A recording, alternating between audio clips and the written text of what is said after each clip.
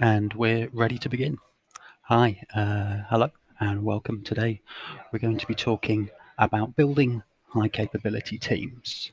My name is Piers Campbell. I'm the head of delivery at the National Citizen Service Trust. NCS is a program and an evolving set of services for young people, and it's designed to foster social cohesion, social mobility, and social engagement. It really centres around the notion that for young people, where you come from shouldn't dictate where you go in life. As head of delivery, I contribute to strategy and planning, but primarily I coach two software development teams. And I haven't always worked in software development. My experience of team management, team leadership, call it what you will, goes back around 18 years. And I've covered various functions in the commercial and not-for-profit sectors as part of that. The idea that I'd like to explore with you today is that for the majority of those 18 years, I might not have been leading those teams very well. And that my focus on performance in that time might have got some approval and might have got some short to medium term success, but it may actually have inhibited the potential of the teams that I've been a part of. So let me just set that idea out for you.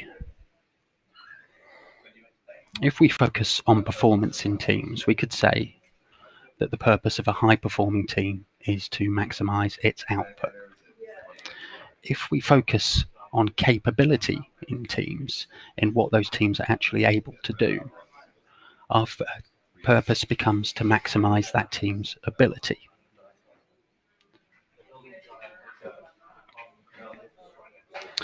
By building and managing and coaching teams for performance, we optimize for outputs. But by building, managing, and coaching teams for capacity, we optimize for potential. And my assertion that I'd like to discuss with you today is that a high capacity team will always achieve more than a high performance team.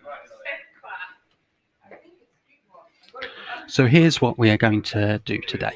Then I'm going to talk a little bit about how I got here, how I arrived at these conclusions, basically, and go into a bit more detail about what the 2 years have really taught our team about the way we work. I'm going to explore what I would say are the characteristics of a high capability team.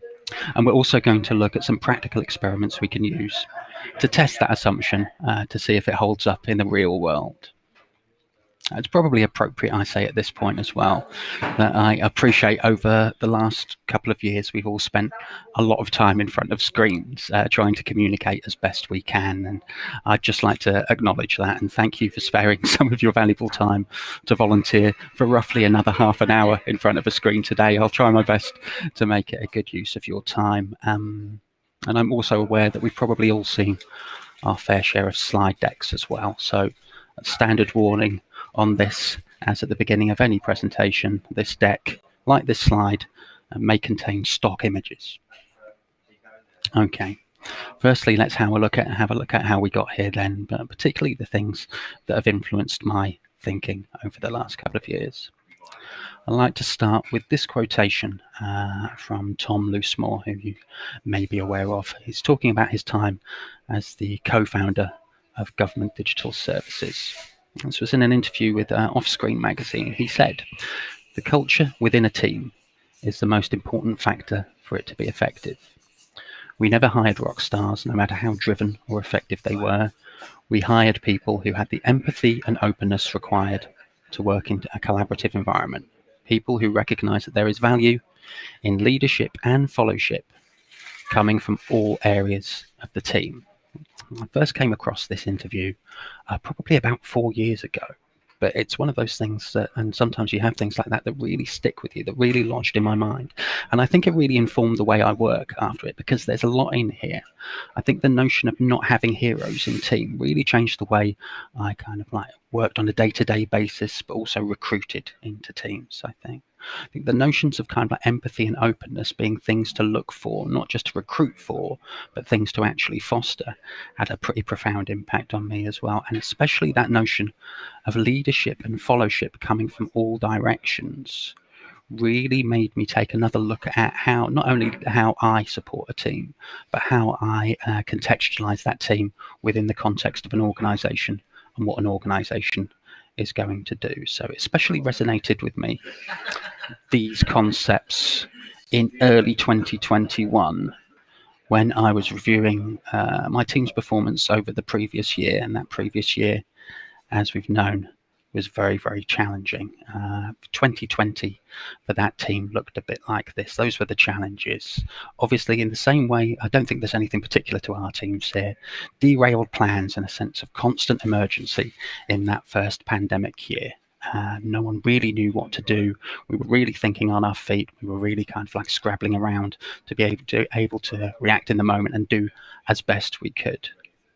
We actually had departures from our teams as well. We've got kind of like a decent retention rate. People tend to stay with us for 2.5 to 3 years, which is pretty good on those software development teams in that very, very competitive market. We saw a couple of people move on as they kind of like evaluated their life and tried to cope with those changes themselves as well. And obviously, everyone across the team needed to prioritize their home and family, absolutely understandably so. But there were also some results that came in 2020 as well when I was reviewing at the end of that year. So firstly, unexpectedly, the volume of our output increased. So however we calculated it, whatever metric we used, that team delivered more in 2020 than it did in 2019. Now, that's not necessarily specific to these teams. There are a lot of things that will influence on that, but that wasn't everything. Not only did the amount of work grow, but how much work we thought we could do grew as well. So that was an implication of greater confidence there. And finally, we saw an improvement in team morale. In our regular reflection sessions, we kind of like the team reports an improvement on how they're thinking. We ask kind of like 5 questions tailored to particular senses and ask people to respond to that. This is how it looked across in comparison from 2019 to 2020. We asked questions on teamwork and alignment. We asked questions on pride, safety to take risks, ownership, empowerment, and actual enjoyment of the work.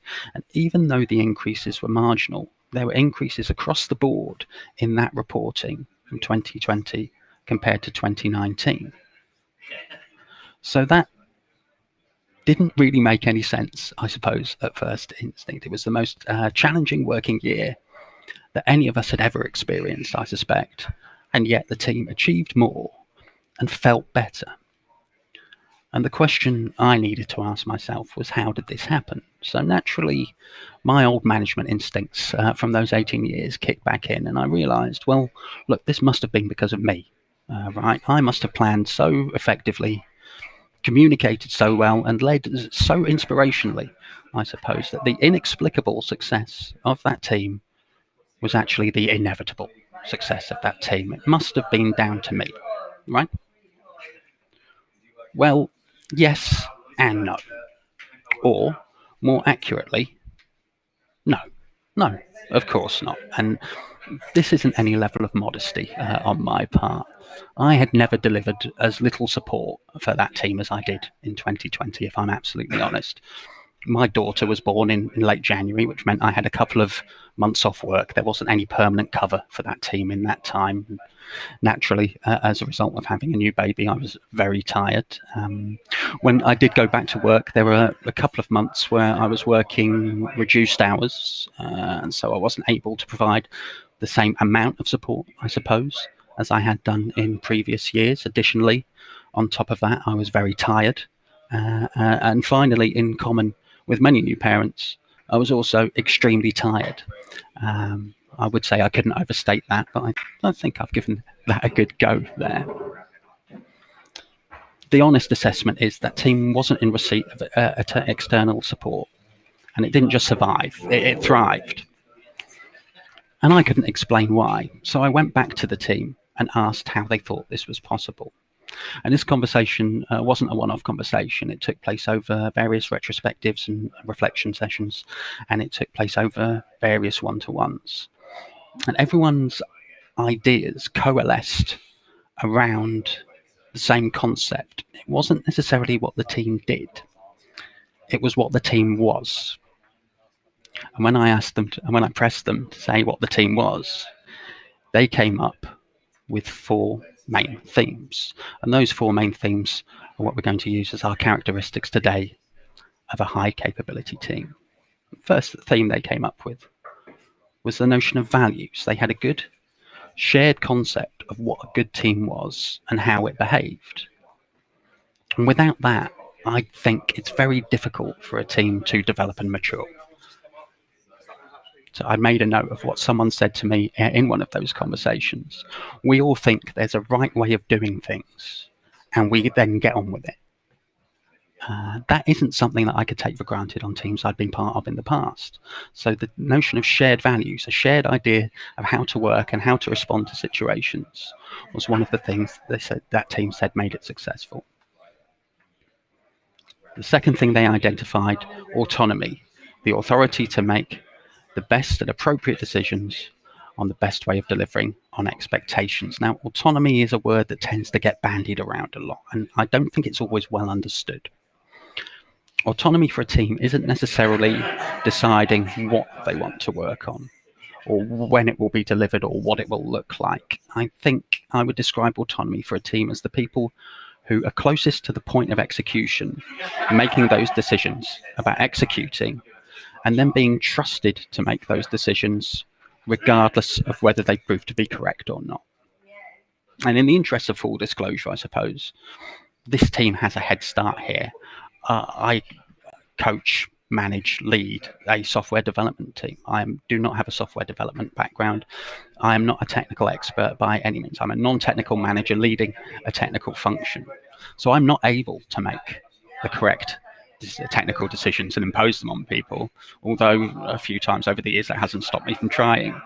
But I have no choice but to trust that team to make the right decisions. But mandatory trust is still trust, I think, and it's still in this case elicited that positive result.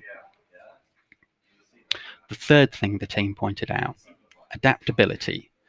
Viewing change as a constant and being able to find opportunity in change. A constant theme in all of those conversations was we're used to things changing all the time anyway, so this wasn't really a big surprise for us.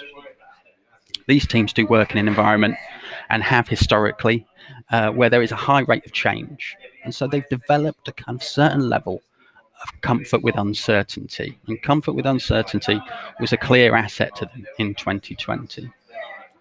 I'd argue that everyone works in an environment with change and uncertainty.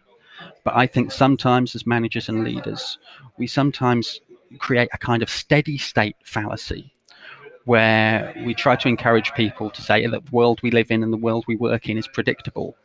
And we don't share complexity and ambiguity with teams and individuals under the assumption that it might cause them unnecessary stress. I think in doing that, we deny teams the opportunities to develop strategies and tactics to manage those situations. And I think in doing that, we might also inhibit their growth.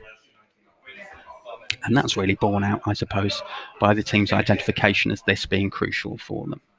The final key tenet this team describes as one of their capabilities then was a culture of learning. So learning all the time, reflecting on that learning, and sharing that knowledge as well. And I think learning and being challenged to learn is one of the main motivators at work. I think it's what keeps people doing their work. And I think when people stop learning, they find it really, really difficult to improve and to carry on delivering. I also think, or experience has taught me that sharing of learning, whether it's actually doing the learning together or teaching other people what you've learned, is absolutely invaluable in cementing that knowledge in the individual. So that's my position. It seems that if I focused my efforts as a manager, a leader, or a coach in developing those capabilities in my team, not only would I be able to meet performance expectations, but I should be able to exceed them. And I would also be building potential in that team for further future achievement. But that is an assumption. And what's true for me may not be true for you. We kind of operate in different systems, different environments. We all have different factors coming to bear on us. So next, we're going to look at how we might test that assumption and see if building capability in your teams and your organizations might have positive results. So here's what we might need to do that. Firstly, we need a way of measuring team output. So I'm working on the assumption here at the moment. You already have a way of measuring what we'll call performance in your team, how you know your team is completing work and meeting the expectations that are set for them. We're also going to look at ways of measuring team satisfaction. I'm going to come back to that in a second. But you will also need to perform these tests regular scheduled reflection. So there should be time where you can bring the team together, discuss what progress we have made on the test, and see what we can learn from our experience so far. Absolutely crucial in maximizing the learning from undergoing these experiments. And finally, you do need consent and understanding for your team if you're going to get the best or accurate results out of this. I wouldn't suggest doing any of this in secret or springing them on people or running it in the background. You don't create a fantastic atmosphere of trust in your team if you're not sharing exactly what your aspirations are and being open about that. Measurement of team output, team satisfaction is really important, and it's also really difficult, I think. And the thing to bear in mind at this stage is that you don't have to be perfect with this, I would say. We're not necessarily interested in the numbers we're generating by performing these measurements. We're interested in the story that those numbers are telling us. This is an example of a method we've used for measuring team satisfaction. So I used a tool called Mentimeter. And periodically, either every 2 weeks or every 4 weeks, I asked the team these questions to measure their agreement on those statements. I felt the team worked well together. I was proud of the work I did. I didn't worry about making a mistake. I had the freedom to work in the way I wanted to, and I enjoyed this time. So question 1 refers to alignment, obviously question 2 to pride, question 3 to safety, question 4 to empowerment, and question 5 to fun. Now, this measurement isn't perfect, basically. The phrasing of the questions or statements, I suppose, leads us towards positive responses. People will sometimes give answers that they think the rest of the team want to hear, or they might want to give answers that they believe are correct rather than always expressing their honest feeling. Those biases are constant. So we can still use, even taking that into account, we can still track difference and variation in these scores. We can still cross-reference them against our output and our reflections, and we can still bring together a hypothesis for improvement that we can test with measuring like this. So firstly, let's take a look at the idea that values shared improve achievement. Experiment 1 then, around values. So this is a classic whiteboard and post-it exercise.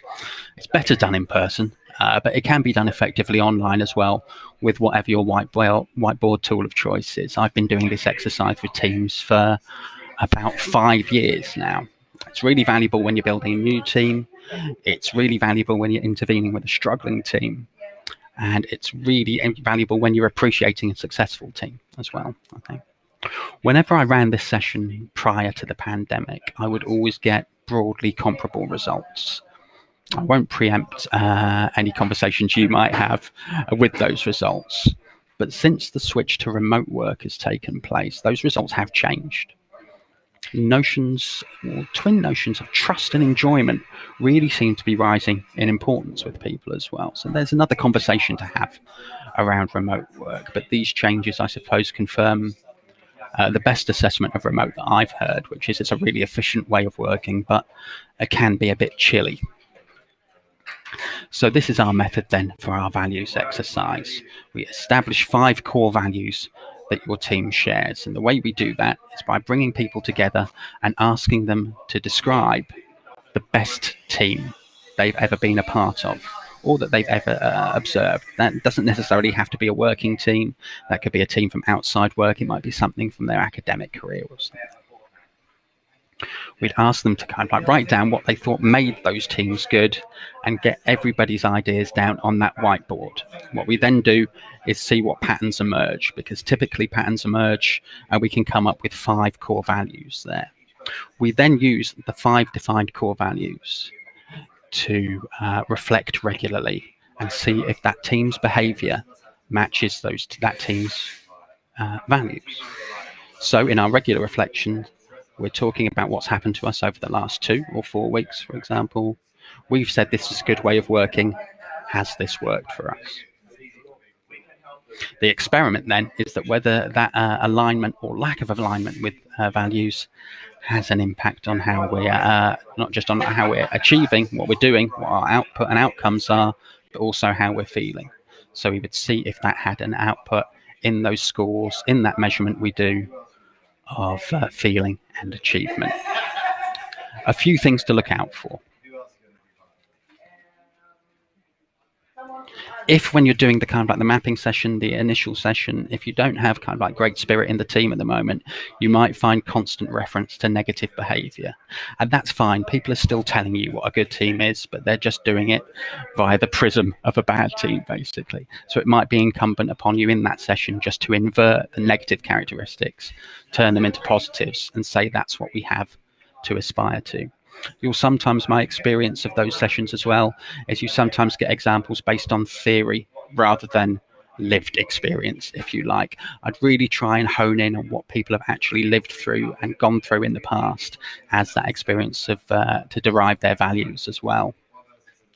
We also need to be wary when we are reflecting on that of making direct causal links. So things never happen for one particular reason, but it is the case that there are multiple influences, and we should try to identify as many of those as possible. So that's our values experiment. Let's move on to a framework for our autonomy experiment. So what we're going to do to experiment as to whether autonomy will improve our satisfaction and our achievement as a team is you as a coach or manager or leader are going to make a list of all of the decisions you make in relation to the work of the team. I'm then going to ask you to select what you think is an appropriate decision to pass on and give that responsibility for that decision making to the team.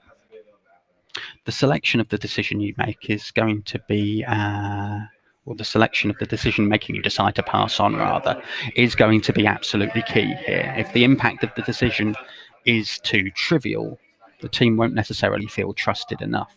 But if the impact of the decision is too significant, the team may feel like they're being asked to take on greater responsibility without any of the commensurate reward for it. There is such a thing as cognitive load, as we're all aware. It's important to make sure the team know why you're doing this and to involve and consult them at all times, I think. And equally, make sure you're available to support if they run into issues with that. But on the other hand, try and stay out of the way and observe if nothing is going too far off the rails. Again, we're going to devolve responsibility for making that decision and then look at the effect that that has on achievement and satisfaction in your measures. A few things to look out for when we're testing the effect of greater autonomy as well. So look, your own discomfort, surrendering control is not instinctive and it's not easy. And as we've talked about, the team need to be willing to take on that extra little bit of responsibility. You also have to have an eye on your own instinct to intervene, because all of us have kind of like absolutely the right motivations. Everyone wants to make things better, and we want to intervene to make things better. But that experiment will only really teach us everything it can teach us if you allow success or failure to play out in that way.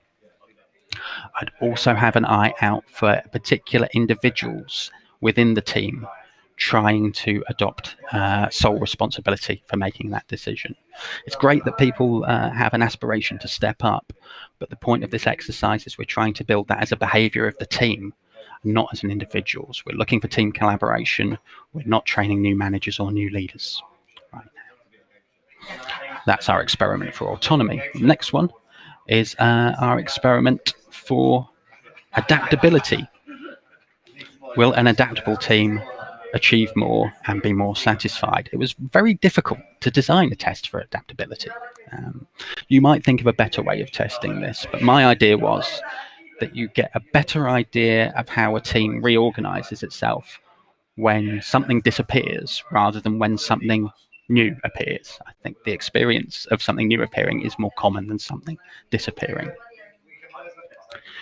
So our method here is to list all of the processes that the team uses to manage its work and agree on a process that could be improved, and either remove a stage of that process or stop doing that whole process entirely. I know this sounds weird. We're then going to reflect on the effect that has on achievement and satisfaction. So we're looking for an artifact that needs to be improved, but not a working practice that needs to disappear. So here's an example of that. Our development team made a switch between two frameworks for managing work. So from Scrum to Kanban, if you are familiar with those. So the former has scheduled time and resource for planning, and the latter is not prescriptive. It doesn't have a strong recommendation for how you plan. So when we switched between those two frameworks, I was aware that that was disappearing, but I didn't intervene, and I didn't say we should still schedule regular planning. I even resisted asking how they were going to plan. I trusted the team to actually make those adjustments. So the team adapted around that change. So instead of having that long, regular scheduled meeting where they would thrash everything out, they agreed to have kind of like shorter, ad hoc, frequent conversations, and actually reported that that worked really well for them. So that planning still needs to happen, but not necessarily in the same way. So that's probably the kind of change we're looking to have a look at and test here. Some things to have a look at on adaptability then. Again, this is uncomfortable. Our instinct is to solve problems by adding things rather than subtracting things. So there's going to be a lot of counterintuitive thinking for your team and yourself in this one as well. There are possible impacts on individuals' feelings of their own value when you're selecting what to remove. What you remove, if it is the responsibility of a single member of the team and you take it away, you might still be able to measure the effect that has on the team, but you might also be reducing a value in an individual. We need to be very wary of that when we're making that decision. It's also the case, I think, that we need to have a look on what impacts this has on just general running and achievement between your reviews. If you're only having your review on a weekly or fortnightly or monthly basis, you probably need to be staying in touch with this a bit more frequently and just making sure things aren't going too far off the rails or being too successful, if you like. The final one we're going to have a look at and experiment for then is building a culture of learning. Now, this one is much easier, and preparing this, I felt like this had so much value even outside of the boundaries of this conversation. I wondered why I'm not just doing this anyway. So our experiment here for whether a culture of learning increases achievement and satisfaction is we agree firstly an appropriate time scale, let's say a month. We're going to have a look at a month or a quarter. We're going to ask everyone on the team to learn a new tool, a new technique, or a new function, and to share that knowledge with the rest of the team. And then we're going to cross-reference that with our scores for output and for our scores with satisfaction to see if we've had a positive achievement. There's a school of thought that says that what keeps people doing good work is having three things: autonomy, purpose, and mastery. And I think that's a useful framework. And I think continuous learning and continuous teaching are the building blocks for achieving mastery. The potential to learn has been a key motivator for me personally over the years. If I'm not learning, I'm not really fulfilled, and I don't think I'm any kind of an outlier there. A few things to have an eye on then when we're looking at our experiment for a culture of learning. Look out for experience-based rather than academic where possible. So let's try and learn things that are used rather than just academic learnings as well. Much easier to test, much easier to use in the outset. Keep an eye on resource.